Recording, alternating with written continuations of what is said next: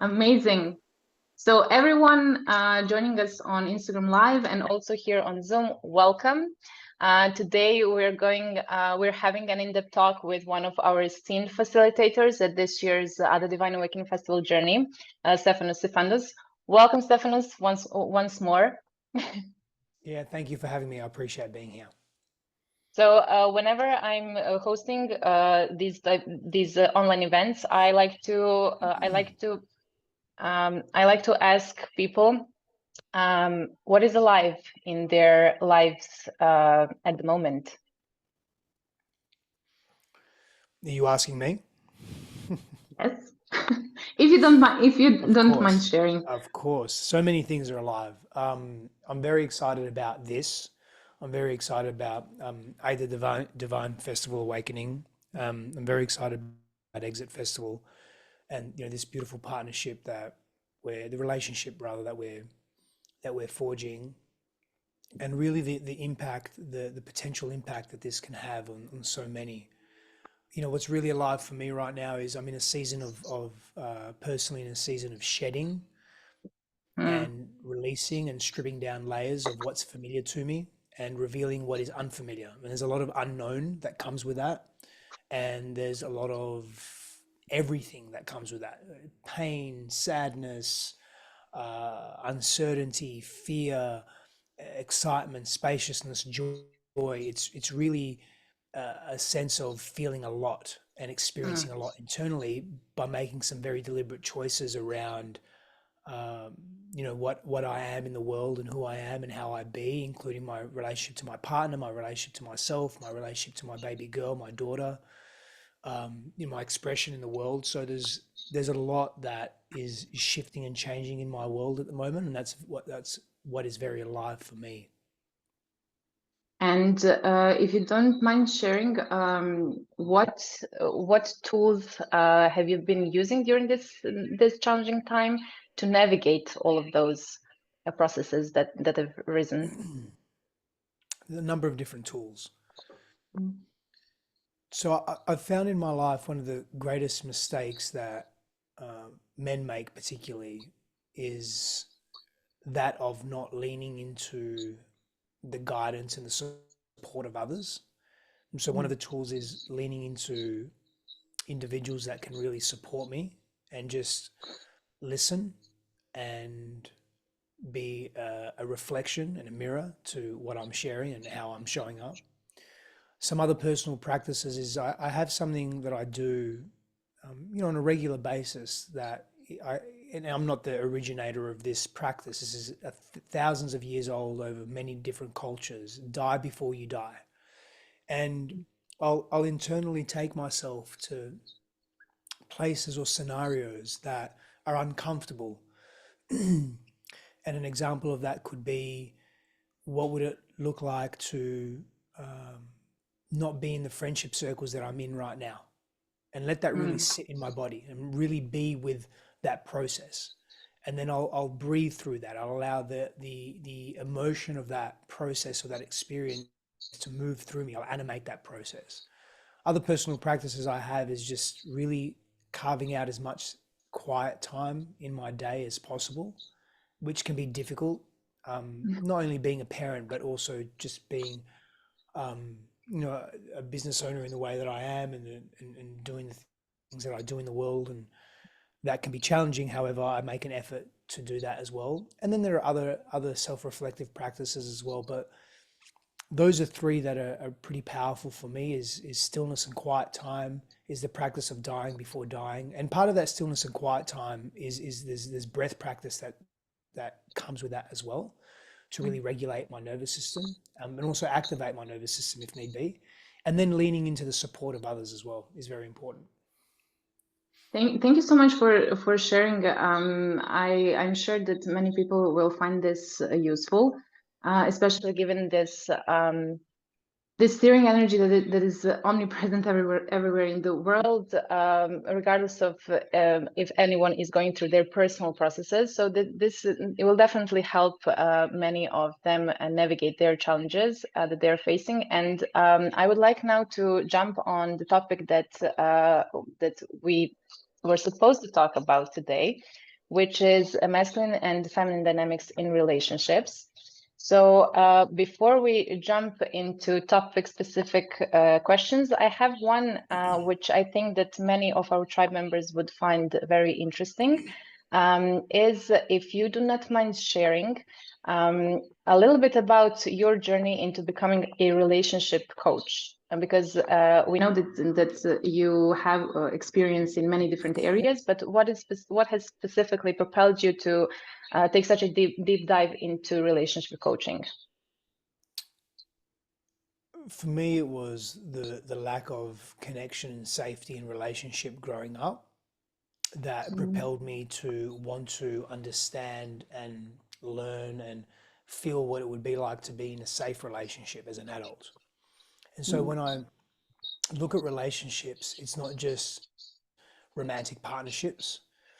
It's the relationship between everything that matters to us and ourselves. It's the relationship to our past. It's the quality of the relationship that we have to our trauma, to our vision, to our dreams, to our friendships, to our purpose or purposes, to the things that are really important to us, including our own personality, our own sexuality, our own sense of self, our worthiness, our relationship to certain people in the world, our relationship to our past, our present, our future.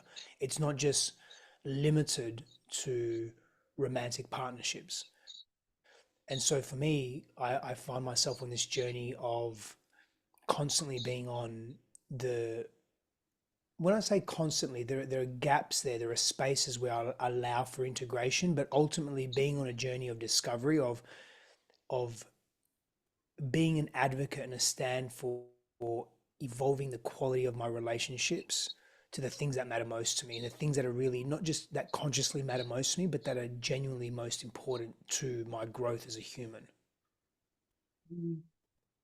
And what would you say is the importance of, for you personally, has been the importance of balancing out masculine and feminine energies that we all have, in regards to, like working on those specific areas of your life and those relationships that you just mentioned? So how has finding that balance between masculine and feminine energies helped you navigate those challenges? I've found myself in my own life, for so much of my life I lived in unhealthy versions or unhealthy expressions, extreme expressions of either my feminine or my masculine. And the unfortunate thing was that at the same time as living in these unhealthy expression, which is probably what contributed to the unhealthy expression of these, was I was in the quote unquote wrong expression at the wrong time. Meaning that when I needed to be in a healthy masculine posture, as an example of that could be when I needed to assert healthy boundaries in compassionate ways, right? And so compassion can be considered the realm of the feminine. Boundaries and structure can be considered the realm of the masculine. Instead, I'd find myself either becoming hyper aggressive and coercive or controlling or manipulative, right? It's this combination of unhealthy masculine and feminine energies. And over a period of time, that becomes the norm, that becomes the standard, that becomes the pattern by which we live by. And instead of being responsive to the world, I was reactive. I was in this unhealthy posture. And so as I've evolved my own practices, I've really had to look at, and this has been hard on the ego, but really had to look at the places where I'm not showing up in healthy postures, where I'm living from unprocessed trauma, where I'm allowing the trauma of my past and the experiences that I've had in the past to dictate who I am today. But that's not who I really want to be. And we wear these protective masks, and they again, they often present as unhealthy or wounded masculine, feminine energetics. And when we interact with others in that way, we often will bring out that part of them, because now we're in a posture of attack and they have to defend, or we're in a posture of defense, and so naturally they're going to want to attack. And this is the not everyone, of course, but when you're in that unhealthy energy, it feeds into itself because you've just got wounded people that are unconscious to their pain acting out in life. And people have no choice but to protect themselves because they feel unsafe, or at least they think they've got no choice.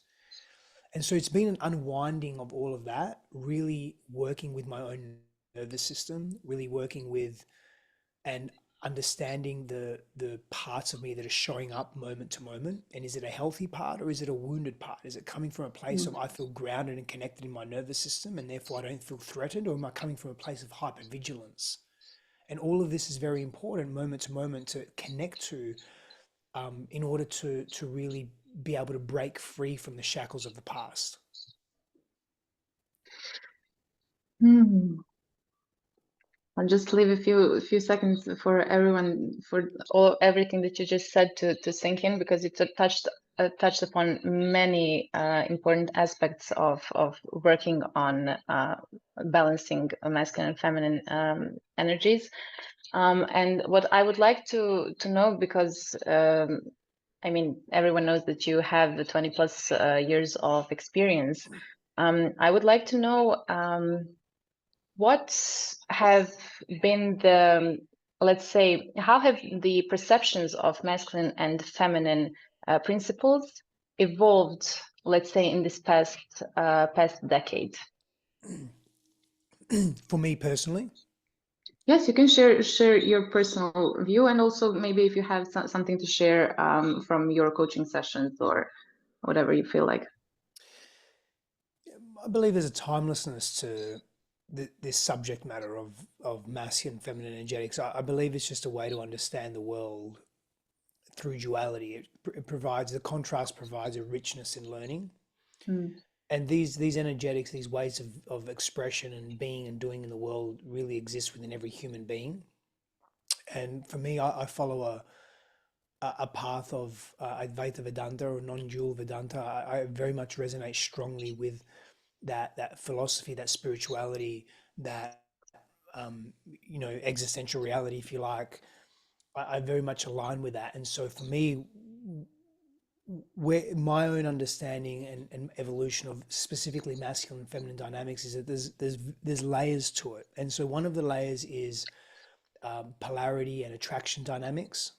Mm. Another layer is personality, and another layer is what I call sovereign sexuality.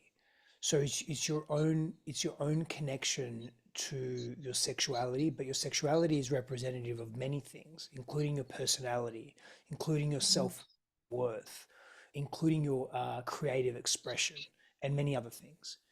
And so I've also found throughout the years that masculine, feminine energetics or dynamics at the intersection of attraction dynamics and the intersection of magnetism and polarity and so forth can really only be healthy and really be vast and expansive, because it's what connects us. To me, sexuality is one of those practices, those ways of being, those interactions that connect us to the vastness of the human experience, the infinite nature of human. Is that we can't access that if we live from trauma, if we live from pain, if we live from wounds. So everything is just really a mask, and it's a layer on top of a layer on top of a layer. And they're often, we go to protective strategies that are guised as masculine feminine interaction, but really we're just living from a hurt, wounded, compensatory place. And so when we clear that up, our ability to interact with others in polarity, and that doesn't just mean sexual polarity, just polarity, and and being with each other in really healthy, open, vulnerable, connected ways, that has a greater chance of playing out, as opposed to not doing our inner work.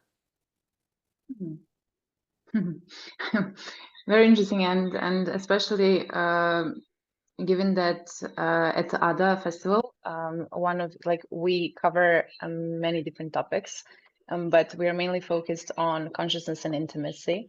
So everything that you just touched upon is of great significance to everyone who is joining, and we're really looking forward to seeing and witnessing all of the wisdom that you're bringing this year.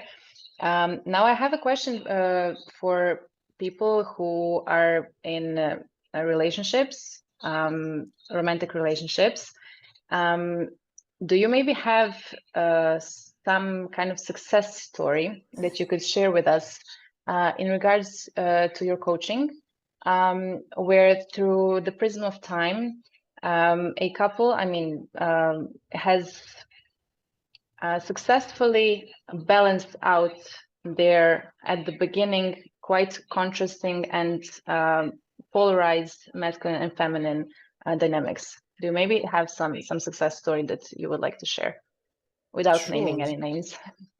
sure. There's many. One that comes to mind very strongly is a couple that I worked with for a couple of years actually, and they have a flourishing relationship now.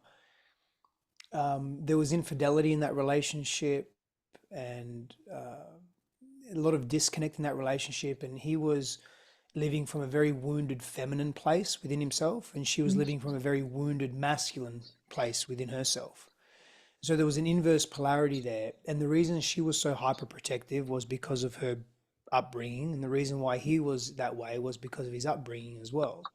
And he had, there was sex addiction there, and there was love addiction, love compulsion there on his end.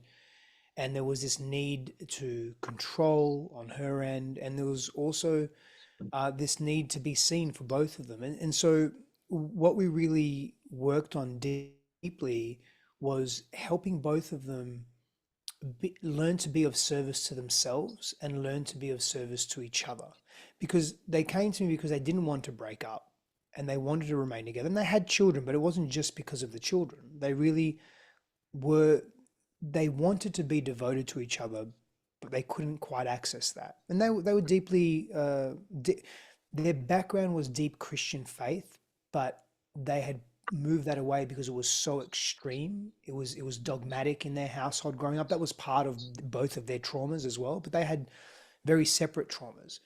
And so a lot of the work that we did was helping each of them see in the other the little girl or boy that was really hurt growing up, that was abused, that was neglected, that was abandoned, that was rejected.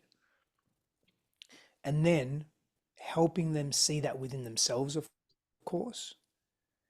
And in moments where they were both in energetics that weren't serving them, that they were able to see the root of that in the moment of seeing that little boy really, really wounded, and giving love and compassion and non-judgment to that part of that adult in the moment, so that they wouldn't be in a reactive posture and they would more so be in a responsive posture and operate from a whole version of self, not a fractured, wounded little one. But that little one needed love, needed what they did not get when they were younger. And that there naturally helped her surrender, soften, and trust more in her feminine, and helped him lead with greater confidence and not be desperate and needy and not be hiding and manipulative. So he was able to move in a healthy masculine posture. And there's many more layers to it, of course. And she was able to really, for lack of a better term, let go and trust.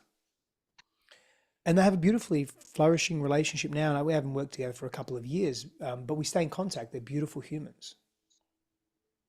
Beautiful.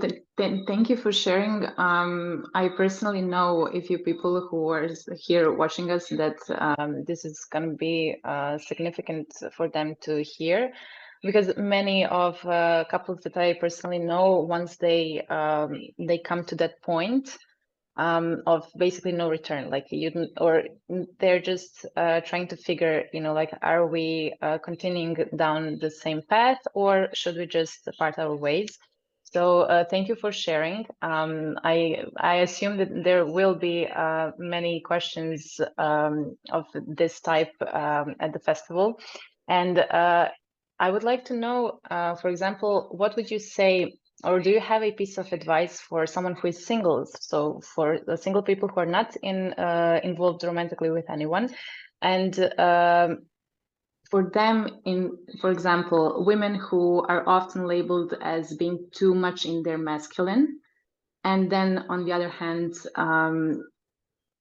men who are labeled as being too much in their feminine. And then in regards to dating, is there some piece of advice that you have to share for them? So with the question with regards to, I'll say it this way, men are too much in their feminine, women are too much in their masculine.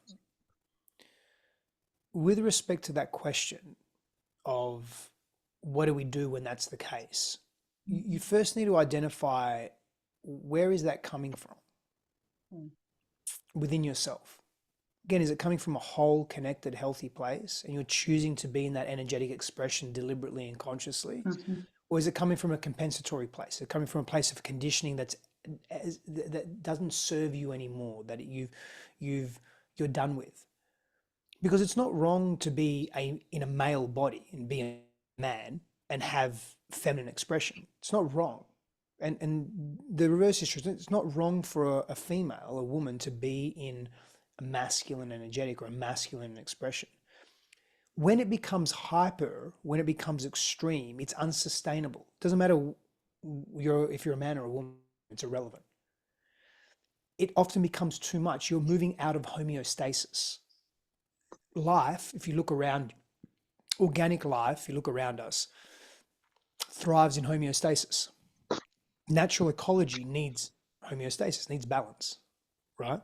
Anything too extreme, if the weather's too intense and too extreme, flora and fauna die. We're the same. If any relationship dynamic is too extreme, it doesn't last. It's very difficult to maintain. So you've got to figure out the type of person you want to be. Is it anecdotally true, meaning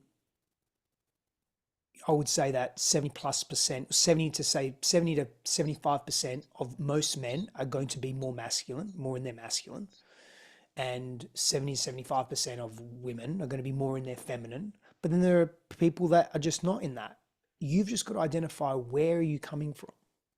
Is it coming from a really healthy place? Or are you coming from a place, is a woman in her masculine because she thinks society has told her she needs to be that way, or she needs to compete, or she needs to keep up with the person down the road, or what is it? Or her father instilled this in her that she needs to be masculine? Or is it that you would be surprised how many women come to me, people that I've worked with, and said, oh, I always remember my father and even my mother telling me I wish I was a boy.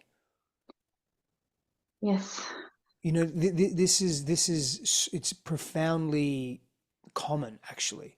Yes, to be And so honest, I'm again, sorry for interrupting, but to be honest, I think that many women here coming from Balkan region I know, and can really relate to that. attest. Yeah, Yeah. it's quite common. And also another thing is for women who are single moms, who are kind of stepping into Yes. both roles of being a mother and a father at the same time, but they Yes. are being in society as it is right now. They're being labeled and judged for it as and characterized as, like, you're too masculine, regardless of them not having choice. It's a necessity for them to step into that role. So yeah, thank you. I'm sorry I've interrupted you, if No, you'd like to. don't be sorry at all. No, that's a very valid point. That's where I was going to go next as another example, which is exactly that, right? And this isn't blaming men in any capacity or blaming women. These are the constructs of our society. This is far deeper than just the individual. This is a combination of so many things, but it's systemic. And part of that issue is there are women in the world that have had to step into that masculine role of protector and provider, as an example. That doesn't mean that women don't protect and provide. My wife is fierce when it comes to the protection of our child. She knows how to protect in her feminine way, right? That old saying of "don't mess with a mama bear." There's something to say about that. It's not that men are the only ones that protect. We protect though in quite specific ways, culturally, but also from an evolutionary perspective, and it is tied to our biology. That's why I'm very mindful and careful about buying into new fads, particularly in America, particularly in the Mhm. Western world, we are a combination of culture and a combination of biology. It's not one or the other. It's and they feed into each other in these unique and ways that are known and unknown as well. We, as a society, we generally claim to know a lot more than what we think. And you have to read the fine print to say, to read, oh, but this is just a theory, or we're not completely sure. We're not sure why this happens, and science can't determine. So in saying that, I say all of that to say that, when it comes to your expression as a man or as a woman, where's it coming from? Do you want to be in that position? If all things being equal, and there was no risk to you being who you were, how would you want to be? How would you want to be in the world? And then when it comes to your question about dating advice, it's a very complex conversation. The number one piece of dating advice that I would give to anyone is do your inner work. And as a result of doing your inner work, you'll be able to be real. And as a result of being real, you will filter out people and potential relationships that are misaligned. And you will save yourself a lot of pain because you're deliberately doing your inner work. You're not waiting for someone else to fix you. You're not waiting for someone else to trigger and activate you, which relationships will do, and that's fine, in an intense way that puts you in survival, as opposed to slowly addressing the issues that are holding you back in life. That is the number one piece of dating advice I would give. Thank you for that. And what would you say, based on your experience, that are the three most common misconceptions about masculine and feminine dynamics? So we already touched upon some. For example, like women only need to be in their feminine and men only need to be in their masculine. So do you have maybe some other that you think could be interesting for our audience to hear? Yeah, that masculine energy is and feminine energy is attached to biological sex or biological gender. It's not. It's a way that we express, and each energetic can be assigned subjectively ish a series of characteristics that represent and encapsulate that energetic. And so for example, compassion, tenderness, groundedness, nurturing can be associated with femininity or feminine expression. Stability, structure, directedness, singularity or singularness, achievement orientation can be associated with masculine energetics. So these characteristics, these expressions in the world, they're not tied to biological gender. Another misconception is that if you're a man, you can't be in a feminine expression, or if you're a woman, you can't be in a masculine expression. That's another misconception, I think, as well. I think A, you have access to it, and B, it's healthy to be in that as well. It's healthy for men to be compassionate. Doesn't mean they're not going to be men anymore because they're in that feminine expression. Yeah. True. It's healthy. It's healthy for men to emote. That's emotion. The nature of emoting is in the realm of the feminine. And analytics and critical thinking is more in the realm of the masculine. Doesn't mean that women don't have capacity, nor are they effective and proficient at critical thinking and analysis. Of course they are. So it's oxymoron. But again, I can also get the confusion because femininity has traditionally been associated with females, masculinity with males, and even the etymological meaning of these words, they connected. So you can use other examples. Michaela Boehm, who's a teacher in this space, she uses do and be energy, go and flow energy, active passive energy, yang and yin energy. You can use other ways to describe this expression that we hold as humans. And I think that the next question that I have in mind and that I'm personally very interested in is the masculine and feminine dynamics within the workplace. So in today's culture, women are kind of, like asked to step into their masculine energy quite often. And what would you say needs to be, or what is your thought of the changes that need to be done in our culture for workplaces to become more balanced in that regard? I don't know if workplaces should be more balanced. Maybe Mm, not. interesting.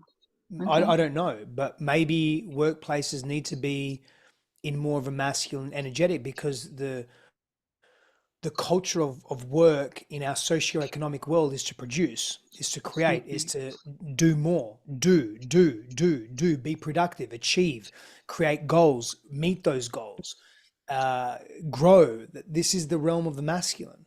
That's not to say that that realm can't have a feminine touch. That's not to say that realm cannot have through lines of feminine presence that moves through it, such as Mm. compassion and collaboration, as an example, right?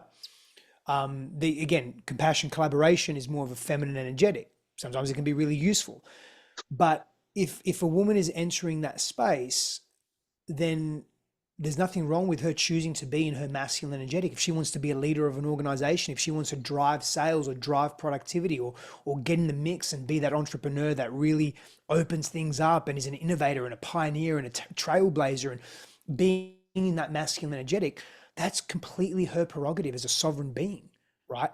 It does help to understand the culture that we live in. It does help to understand how our economics and society and culture works, and that's different from region to region across the world, right? It's a little different, I would say, to how it is in New York City to how it is in Belgrade, or how it is in Shenzhen, or how it is in Sydney, Australia. Yeah, there are overlaps, but there are differences, right? There are cultural nuances and even socioeconomic nuances as well. And so it helps to understand all that. And if a woman truly craves to be in her feminine, because another overwhelming question, or something that I'm approached with is, I love my career as a woman. I love what I've achieved, and I want to be more in my feminine. I don't want to be consistently go, go, go, which is again like masculine energetic, going, doing. These are masculine energetics, right? It's not wrong or right. It's just, what do you want? And so if you want to be more in your be and your flow, then you may have to either slow the other one down, or you may have to be with people, be with a man that can activate that. That when you get home, when you're not at work, when you're not in that role, he leads and you surrender, and you Mm. be. That doesn't mean you just sit on the couch and don't do anything. I mean, it could mean that if that's the beautiful arrangement that you have. I don't know. It depends, right? But you've got to be deliberate with what you're pursuing and what you're wishing to embody. And notice the words that I just used then: pursuing and embodiment. Yes. Masculine pursuit, feminine embodiment. Masculine pursuit, feminine embodiment. And if you're watching this, you'll see that the pursuit is outwardly directed. The embodiment is inward and down. It's grounded. And, and so all of that matters.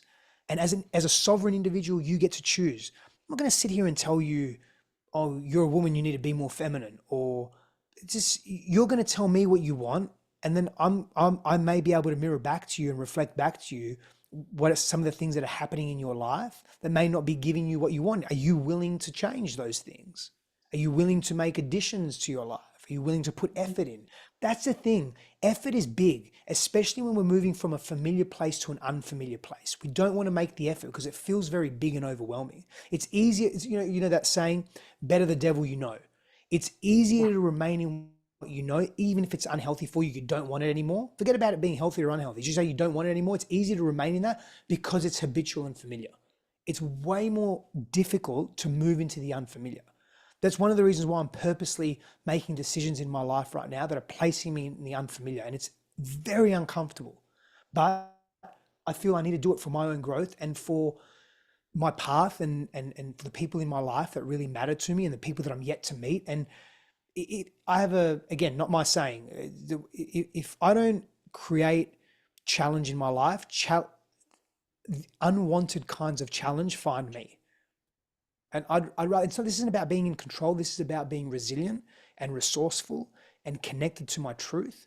So I create challenge in my life that I believe is healthy. And I have people in my life to check me and say, hey, you're going Mm. overboard now. That's a little extreme. That's that part of your personality coming out. I have people that check me because I need people like that. Otherwise I'd be a little loose. I think we all Yeah. would be. Yeah, most definitely. And what would you say? I mean, how you just put it, like there's quite an important role of community, whether it's like a close circle or wider community of people supporting an individual who decides to take upon him or herself the journey of doing the inner work and everything. So, and that's one of our pillars is the community that we are building around the other divine awakening. And in regards to the question that I had earlier, and now I would like to connect that with New Earth movement that we've shared a few things about in these past few months together with the rest of my team. But I would like to ask you, how do you see the future of masculine and feminine dynamics on the broader scale coming into balance if we are as a civilization moving towards the new earth? I'm going to come back to what I said earlier around specifically healing any past trauma that we Mm. have and really being at greater peace with our worthiness and being in deeper levels of self-respect so that we can access these beautiful energies that are presented to the world that attract. See, attraction dynamics isn't just about sex and the act of sex or sexuality. It's about coming together and being co-creative. It's about Mm. collaborating. It's about accessing deeper and higher levels of consciousness. It's about literally operating, communicating, thinking, feeling, being, doing at a different level beyond restriction and contraction, beyond Mm. an overly stimulated, activated sympathetic nervous system.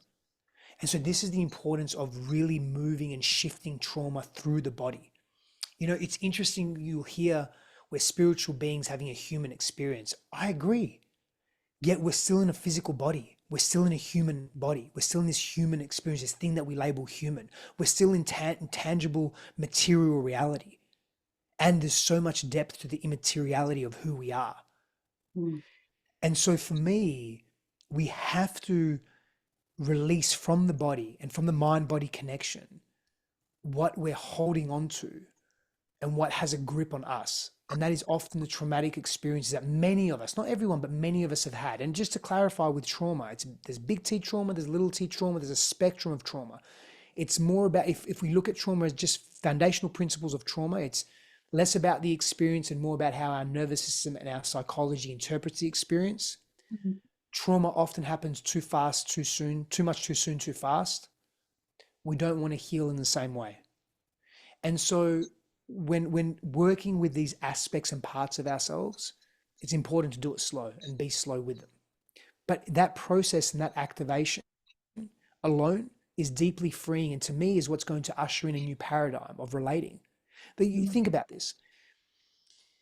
So let me see if I can surmise this in simple terms. So geopolitically, when you look at the last few hundred years, there is a very clear pattern of major wars and what happens before major wars break out. There's a collapse of the dollar. There's collapse of currency, I should say, collapse of currency.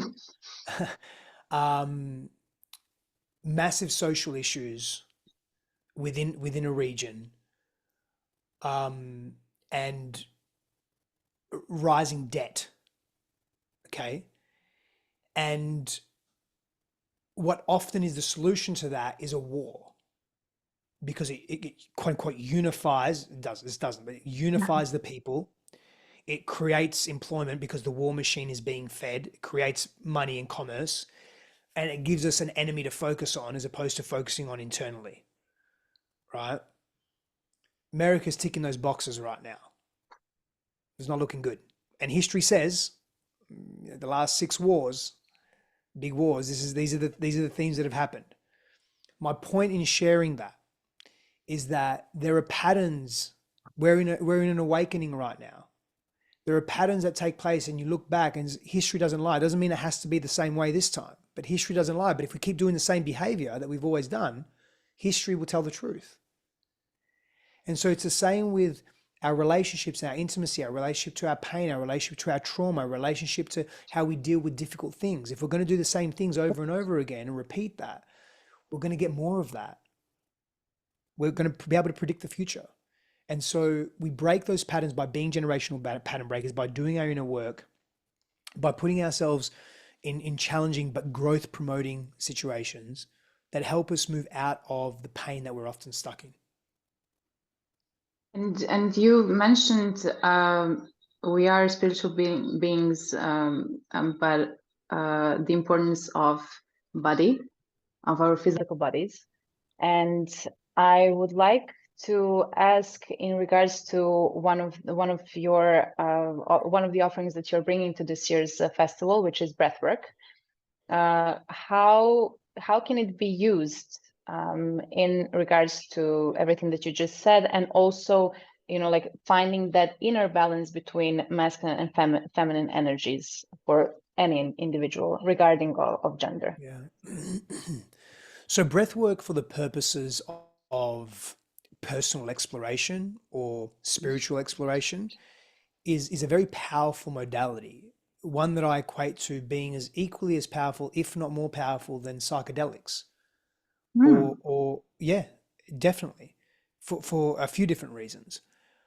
Let me just say one. So firstly, the breath, that particular or breath techniques associated with that exploration, because there are many variations, creates a physiological condition where it can feel like, for many, a psychedelic experience, where deep insights and wisdom is shown to you, memories, thoughts, experiences come back to you. Again, when we have that, life becomes a little more tangible. We can work with it, we can mold it, we can change it, we can move with it, we can direct it, right? Importantly, we can just release emotions, feelings that have been stuck in our nervous systems, in our physiology. The reason why breathwork specifically can be more powerful than some of the most powerful substances on the planet, which I've been very privileged to be a part of, to partake, whether it's Bufo, 5-MeO DMT, or something else, ayahuasca, whatever it may be, right? Is that once you ingest that substance, and I'm an advocate of plant medicine and sacrament. I have a very strong perspective on the how and what it means in modern society. We don't have to go down that rabbit hole, but I'm generally an advocate of it if used, utilized, experienced in very deliberate ways. And I have thoughts about that again, but I don't have to go down that path. But once you ingest that substance, I mean, and unless you have a very powerful mind, like an enlightened human or a sage, where you can literally purge it from your body, but then why would you do that? What's the point of taking it, so to speak? So all things being equal, you're not that person. You are at the helm, or you are at the mercy, I should say, of that substance. 2 hours, 10 hours, 30 hours. You like the experience, you don't like the experience, it's pleasant, it's deeply unpleasant and traumatic. What it is. It is what it is. With breath work, and here's the trick, right? Here's the key to this, is all you need to do is change your breath technique. And for the vast majority of people, seconds to minutes, your experience will change. The paradox is you've got to almost place yourself in a dysregulated state, and the breath work accesses that to show yourself how to be regulated and to come back into regulation. And the juxtaposition can be very powerful. But knowing that you can control your breath, even at an unconscious level, it tells you that, oh, I can control my breath. Oh, maybe I'll just go deeper. because I can always come back from it whenever I want. That level of agency is so empowering, is so brilliantly empowering, because so many people gave their power away, lost their power, or it was taken from them. They lost their agency and their sovereignty. They lost their individuality. They lost their innocence. And the parallel of just knowing you can change the course of your life by breathing differently both ways is so empowering, just that alone. And then to actually do it. Now, what this type of breathwork accesses for most people is a deep insight about themselves. And it's not just understanding and knowledge. It's so much more than that. It's an embodiment that takes place because of the release that takes place. Breathwork literally saved my life. And it doesn't have to be the same for you, even if you're just looking for clarity and you feel like you're in a pretty good position in the world. Like you feel good, you feel grounded. I'm not here telling you every single person has trauma. Maybe, maybe not. I mean, probably, sure. But not everyone is suffering per se. Not everyone is dealing with heavy trauma or big T trauma. And one's not worse or better than the other. That's the power of breath work. And so I'm very excited to facilitate as many sessions as we can in different capacities at ADA. And what would you say? I have only one more question left. I know that you need to go at, let's say, 12 p.m. your time. Yeah. So I wanted to ask, so breathwork, I mean, what I assume is for individual work. So I'm doing it on my own, and my partner, for example, is doing it on his own. But is there some type of technique, or is there some part of a breathwork session that can be done together for couples? Oh yeah, for sure. Yeah, I literally took one of my private couple clients last week through a couple's journey. Yeah. Yeah, I'll be doing paired work, couples work at AIDA as well. Whether you're in partnership or not, it doesn't matter. You can come as an individual. You're just going to partner up with someone else, and the energetic exchange of that's going to be very powerful. Amazing. And once your workshop or session with someone is done, do they have the tools that they need for them to work on their own later on, or is there some time that needs to be, like over the period of time and many sessions with you, and they can have that tools to incorporate in their daily practice? Not only will you have an experience, I will absolutely be providing take-home tools and practices for individuals. Yeah, for sure. Amazing. Thank you so much. I know that you need to jump on another call. Thank you for your time. It was pleasure. I think that we only scratched the surface of everything that we would like to hear from you. Let's do this again next month. Yes. Yeah. Yes. Let's do it. Yeah. Thank you so much. Enjoy the rest of your day, and we'll be in touch very soon. You too, Theodora. Thank you. Blessings. See you.